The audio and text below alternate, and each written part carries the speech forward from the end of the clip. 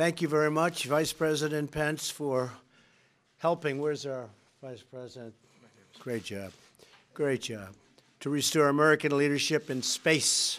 So important. Cabinet members, General Silva, Deputy Secretary Shanahan, Acting Administrator Lightfoot, members of Congress, and the National Space Council. Thank you all for being here, and especially, Mike, as I said, I want to thank you. I know how active you've been and how important this is to you, so we appreciate it. Thank you very much.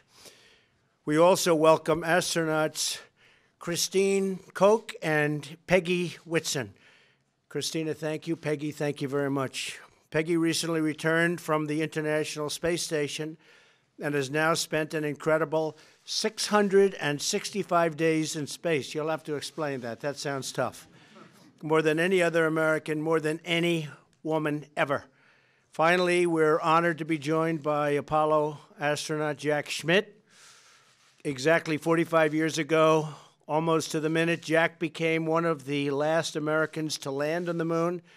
Today, we pledge that he will not be the last, and I suspect we'll be finding other places to land in addition to the moon. What do you think, Jack? Where's Jack?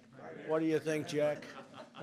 We'll find some other places out there? There are a couple of other places, right? We should. Learn from the moon. We'll learn. The directive I'm signing today will refocus America's space program on human exploration and discovery.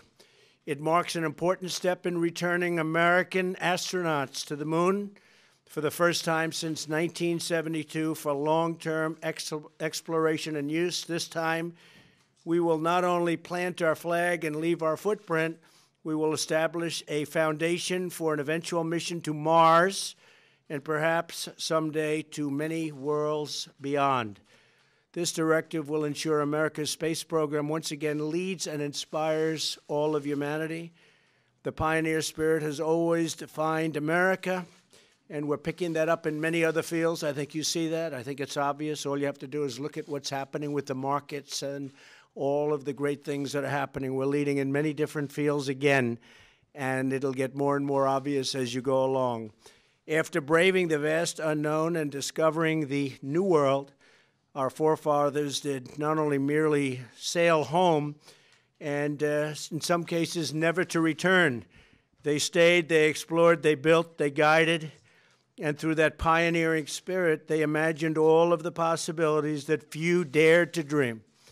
Today, the same spirit beckons us to begin new journeys of exploration and discovery, to lift our eyes all the way up to the heavens and once again imagine the possibilities waiting in those big, beautiful stars if we dare to dream big. And that's what our country is doing again. We're dreaming big. This is a giant step toward that inspiring future and toward reclaiming America's proud destiny in space. And space has so much to do with so many other applications, including a military application.